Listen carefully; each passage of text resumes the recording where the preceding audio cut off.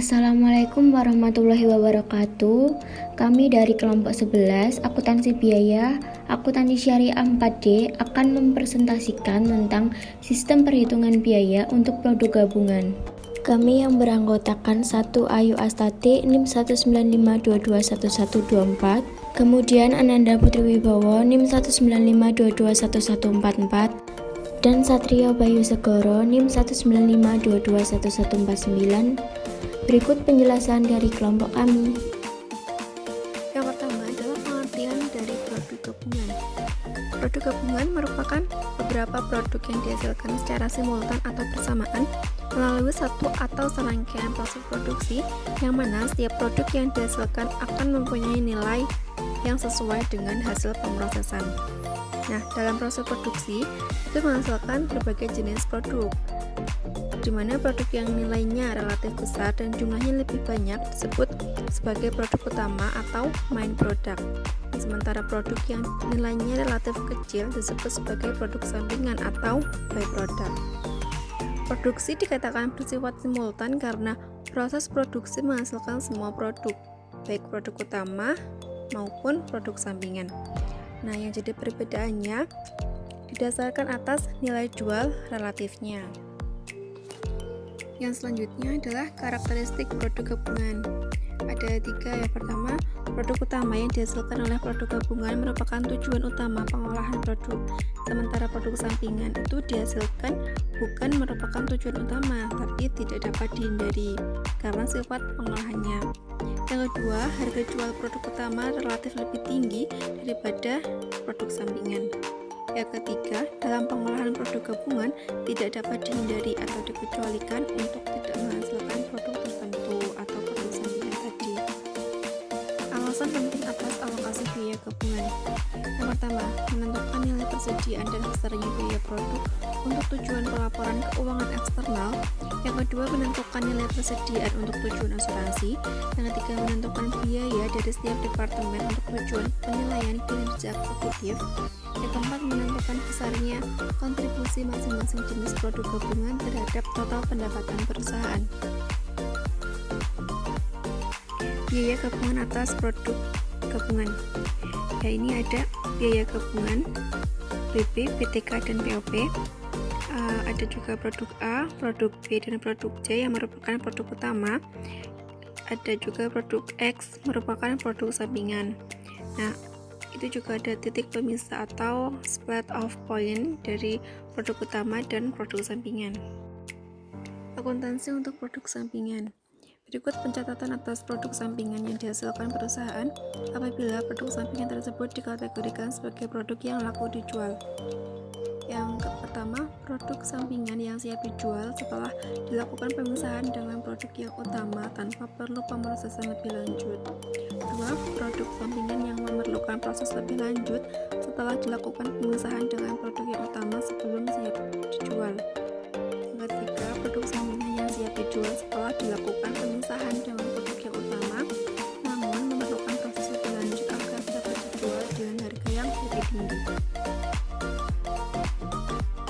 Yang selanjutnya adalah metode untuk memperlakukan produk sampingan. Ada 2. Produk sampingan tidak memperoleh alokasi biaya dari biaya gabungan yang disebut dengan metode tanpa alokasi biaya.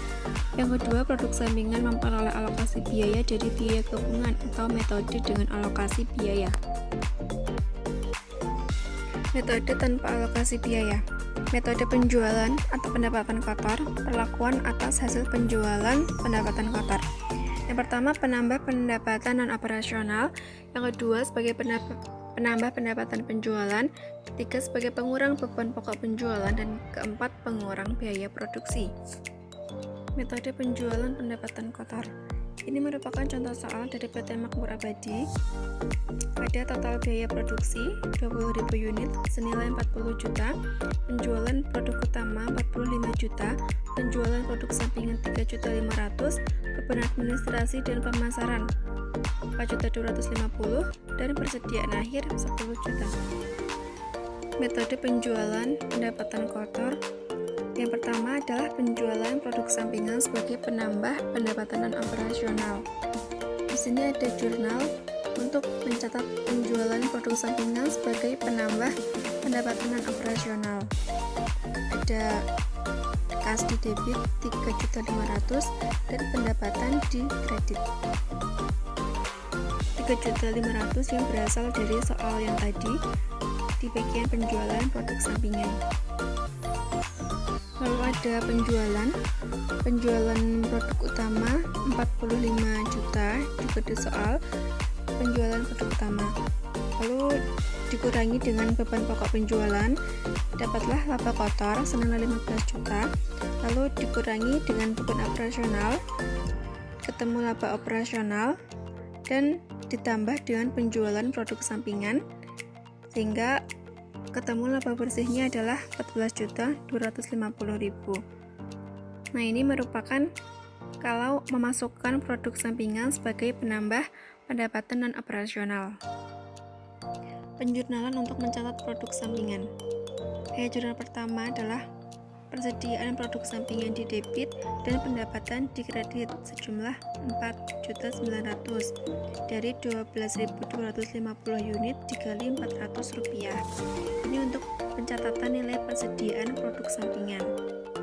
Jurnal berikutnya untuk mencatat realisasi penjualan produk sampingan.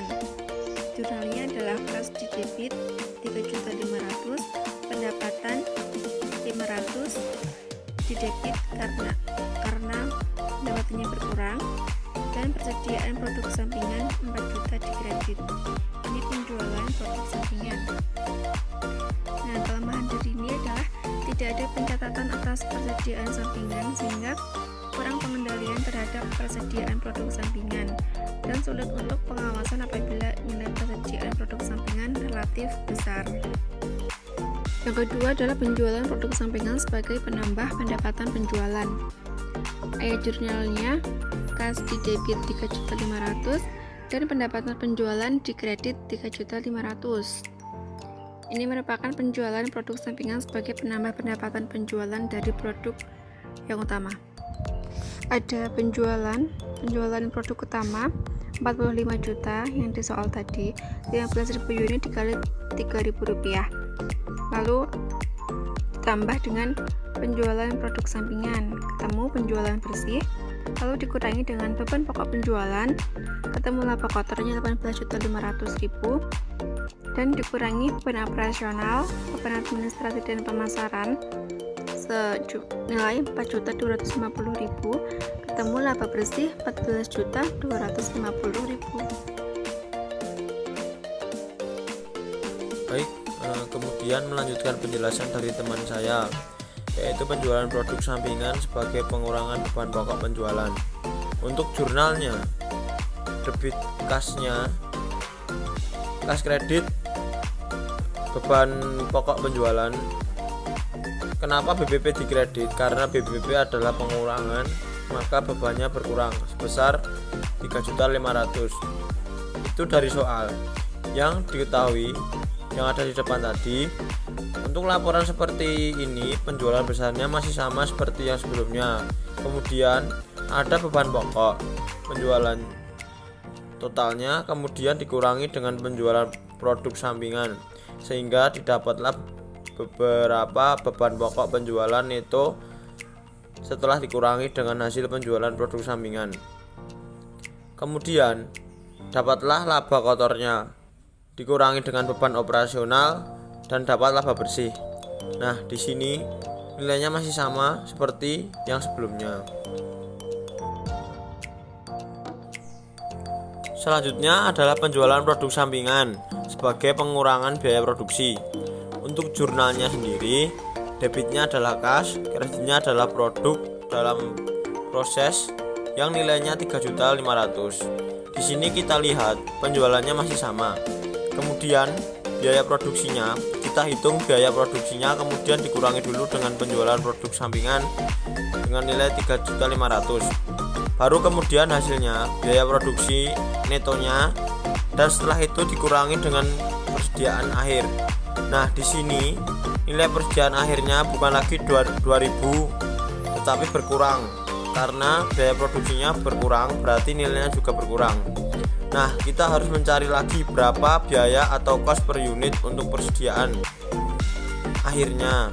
Caranya adalah biaya produksi netonya dibagi dengan 20.000 unit, sehingga kos per unit yang baru adalah 1.825. Kemudian dikalikan dengan unit persediaan akhirnya, dapatlah 9.125.000. Kemudian dapat BPP netonya adalah 27.375.000. Kemudian dijumlahkan dengan penjualan produk utama yang tadi, hasilnya menjadi laba kotor senilai 17.625.000. Kemudian laba kotor dikurangi dengan beban operasional, dapatlah laba bersih. Dan ini hasil akhirnya, berbeda dari sebelumnya, berkurang menjadi 13.375.000 rupiah.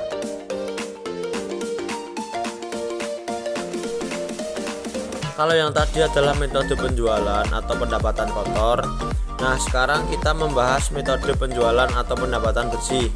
Jadi, kalau metode penjualan atau pendapatan bersih, produk sampingan memerlukan pemrosesan lebih lanjut setelah dilakukan pemisahan dengan produk utama. Tetapi di sini masih sama menggunakan 4 metode yang sama, yaitu sebagai penambah pendapatan non operasional, sebagai penambah pendapatan penjualan, sebagai pengurangan beban pokok penjualan, atau sebagai pengurangan biaya produksi.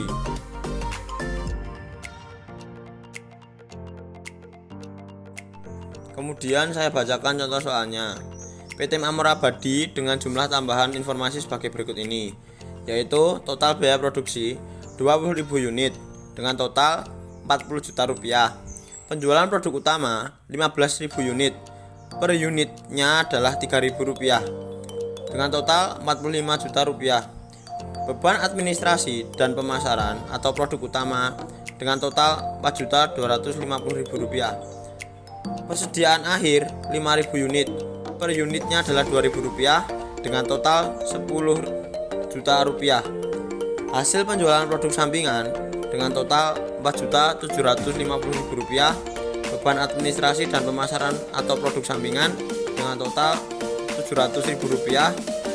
Yang terakhir adalah biaya pemrosesan produk sampingan dengan titik setelah titik pemisah dengan total 350.000 rupiah. Nah, di sini ada biaya pemrosesan produk sampingan setelah titik pemisah. Untuk laporannya, ada penjualan produk utama dikurangi dengan beban pokok penjualannya dan dapatlah laba kotor. Kemudian dikurangi dengan beban operasionalnya, dapatlah laba operasional. Kemudian di sini ada produk sampingan. Nah, produk sampingan itu ada nilai penjualannya, tetapi itu harus dikurangi dengan biaya. Biayanya yaitu biaya pemrosesan produk sampingan dan beban administrasi dan pemasaran untuk produk sampingan, kalau yang di atas itu untuk produk utama dan yang ini untuk produk sampingan, sehingga didapatlah penjualan produk sampingan itu. Kemudian laba operasional ditambah dengan penjualan produk sampingan itu, didapatlah hasil laba bersih. Lalu selanjutnya, metode dengan alokasi biaya. Metode dengan alokasi biaya itu adalah produk sampingan memperoleh alokasi biaya dari biaya gabungan sebelum dipindah dari produk utama. Jadi, biaya produk sampingan itu termasuk biaya produk gabungan yang dialokasikan untuk produk sampingan ditambah dengan biaya-biaya yang timbul untuk memproses produk sampingan setelah titik pemisah. Itu jika ada. Nah, di sini metodenya ada dua, yaitu metode biaya pengganti dan satu lagi metode harga pasar atau pembatalan biaya. Untuk metode biaya pengganti itu biasanya digunakan oleh perusahaan yang hasil produk sampingannya digunakan sendiri sebagai bahan penolong, dan biaya yang dipakai itu dianggap sebagai harga pasar. Karena kalau digunakan sendiri, produk sampingannya sebagai bahan penolong artinya akan menghilangkan kebutuhan untuk membeli bahan penolong dari pemasok. Maka harga atau biaya yang digunakan untuk produk sampingan ini harga beli atau biaya pengganti yang berlaku di pasar. Kemudian metode harga pasar atau pembatalan biaya Dengan metode ini, produk sampingan akan mendapat alokasi biaya gabungan pada saat titik pemisah estimasi harga jual produk sampingan terlebih dahulu. Metode ini juga disebut metode kerja mundur atau working backwards, karena untuk menghitung alokasi biaya produk sampingan harus ditentukan terlebih dahulu estimasi harga jual produk sampingan tersebut, baru kemudian biaya produk sampingannya.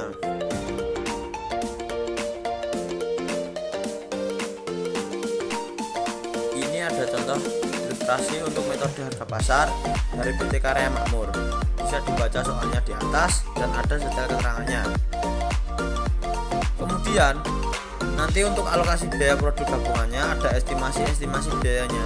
Kemudian kita cari dulu total biaya gabungannya. Kemudian untuk alokasi biaya gabungannya ini semua didapat dari soal. Ada estimasi harga jualnya, estimasi laba kotornya, estimasi beban administrasi dan pemasaran, kemudian estimasi biaya produk setelah titik pemisah. Kemudian dijumlahkan, itu akan menjadi pengurangan dari harga jual produk sampingannya. Sehingga untuk alokasi biaya gabungannya itu Rp300.000 dikurangi Rp180.000, itu akan mengurangi biaya gabungan. Jadi totalnya Rp11.880.000. Kemudian biaya produksi untuk memproses produk sampingan setelah titik pemisah diketahui nilainya Rp80.000, sehingga total biaya untuk produk sampingannya adalah Rp200.000, yaitu dari Rp120.000 ditambah Rp80.000. Kemudian untuk jumlah unitnya itu untuk produk sampingan jumlahnya 500 unit dan produk utama jumlahnya 7.500 unit, sehingga cost per unit untuk produk sampingannya itu cost per unitnya adalah 400 dari Rp200.000 dibagi 500 unit. Dan cost per unit untuk produk utamanya 11.880.000 dibagi 7.500 unit, sehingga dapatlah per unitnya adalah 1.594.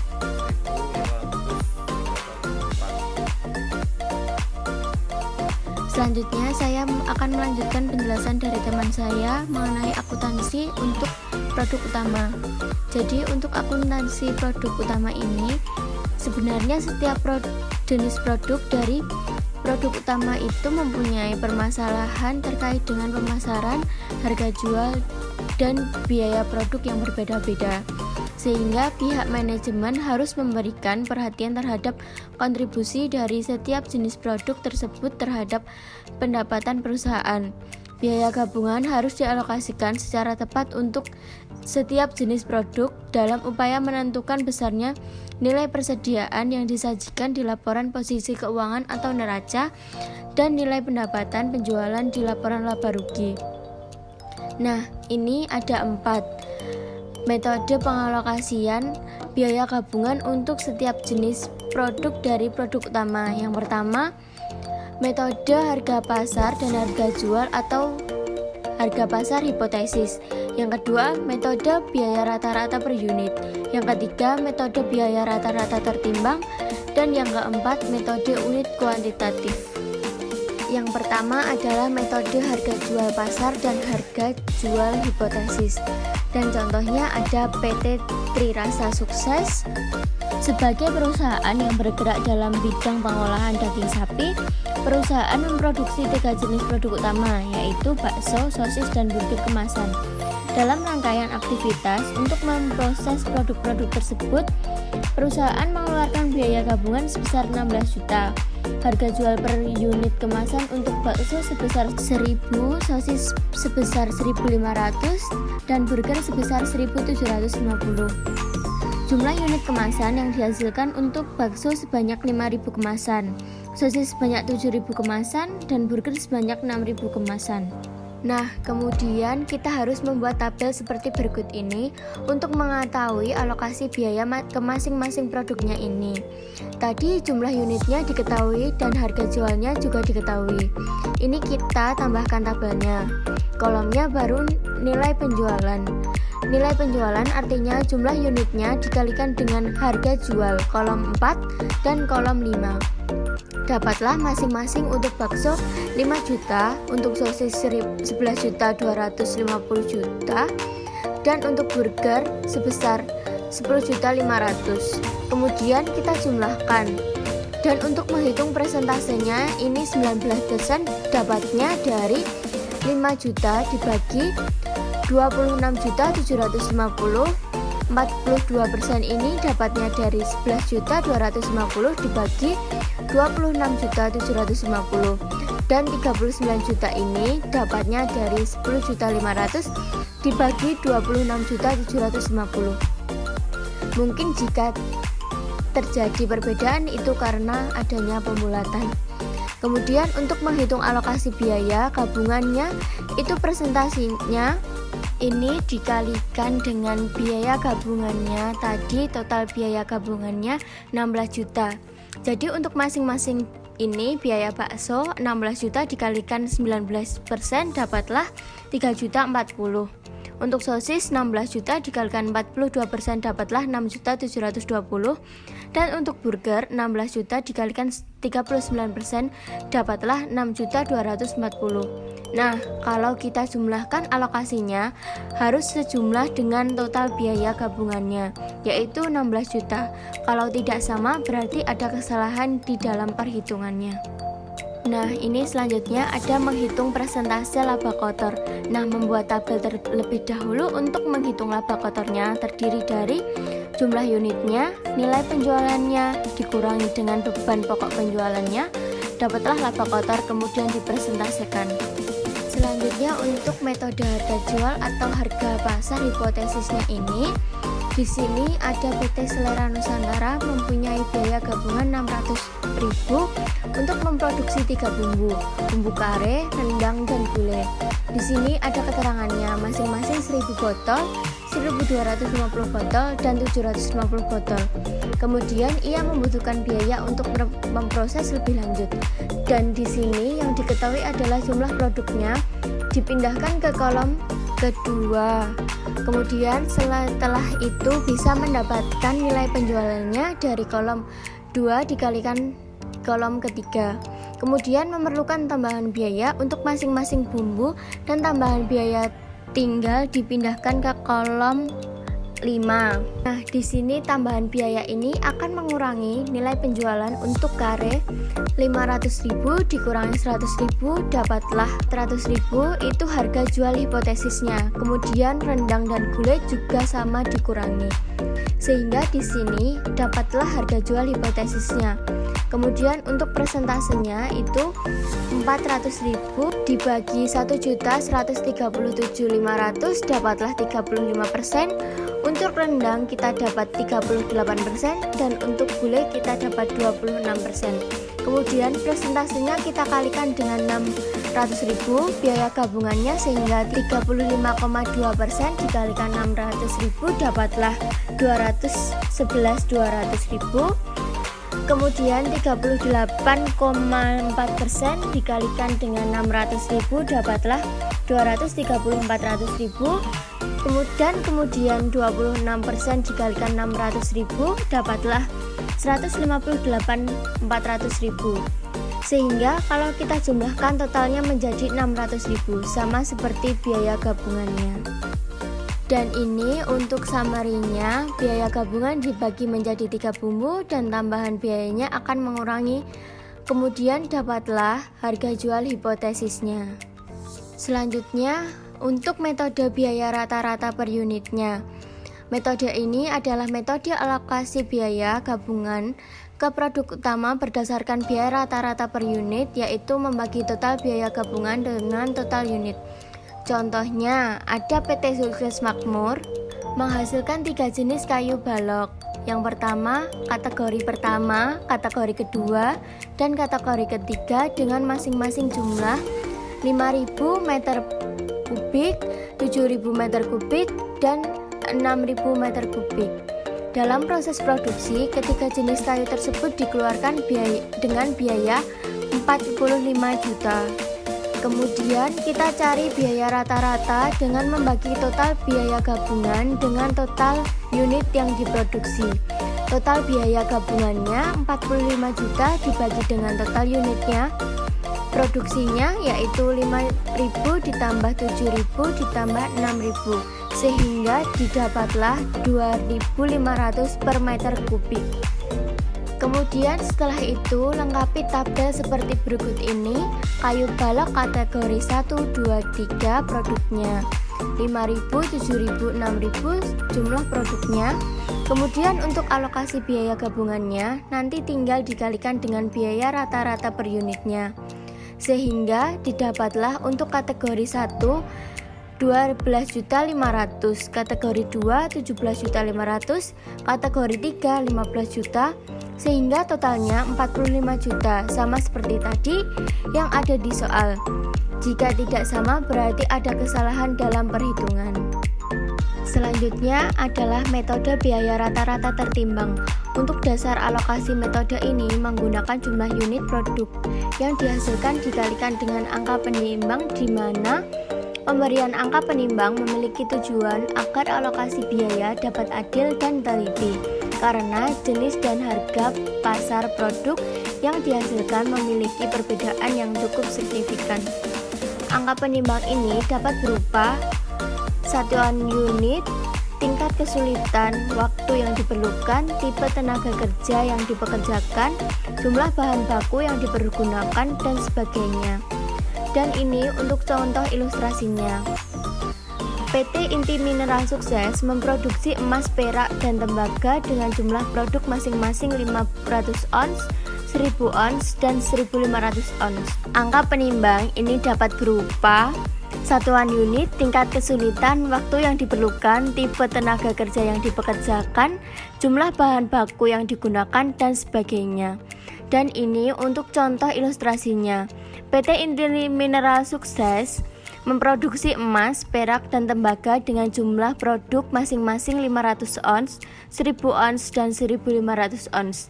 Angka penimbang yang digunakan masing-masing sebesar 6, 2, dan 2. Biaya produksi yang dikeluarkan untuk ketiga produk tersebut adalah 50 juta. Nah, selanjutnya kita buat tabel seperti ini. Produknya emas, perak, dan tembaga berada pada kolom pertama. Jumlah produknya berada pada kolom kedua dan angka penimbangnya berada pada kolom ketiga. Kemudian jumlah produk tertimbang ini dihasilkan dari perkalian antara jumlah produk dengan angka penimbang. Kemudian kita cari persentasenya. Untuk emas itu 3.000 per 8.000 dapatlah 37,5%. Untuk perak 2.000 per 8.000 dapatlah 25%. Dan untuk tembaga 3.000 per 8.000 dapatlah 37,5%. Kemudian untuk mencari alokasi biaya gabungannya adalah persentase dikalikan dengan total biaya gabungannya. Untuk emas berarti 37,5% dikalikan dengan 50 juta dapatlah 18.750. Untuk perak 25% dikali 50 juta dapatlah 12.500. Dan untuk tembaga 37,5% dikalikan 50 juta dapatlah 18.750, sehingga totalnya menjadi 50 juta sesuai dengan total biaya gabungan yang dikeluarkan oleh perusahaan.